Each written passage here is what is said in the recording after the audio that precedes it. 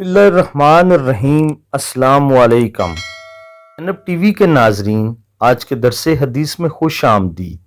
ناظرین کرام، آج کے درس حدیث کا موضوع ہے قیامت والے دن سب سے برا آدمی کون ہوگا۔ حدیث نبی صلی اللہ علیہ وآلہ وسلم ہے، آپ صلی اللہ علیہ وآلہ وسلم نے ارشاد فرمایا، بے شک قیامت کے دن درجہ اور مرتبہ کے لحاظ سے سب سے برا وہ آدمی ہوگا جس کے شر سے بچنے کے لیے لوگ اس سے کنارہ کشی کر لیں۔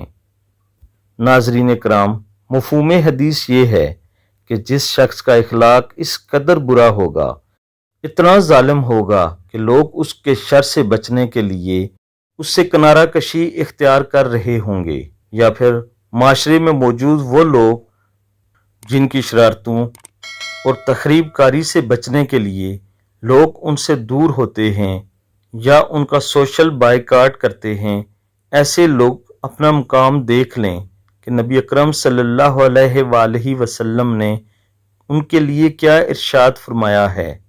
اللہ تعالیٰ سے دعا ہے اللہ تعالیٰ ہمیں ویسا بنا دے جیسے نبی اکرم صلی اللہ علیہ وآلہ وسلم ہر مسلمان کو چاہتے تھے۔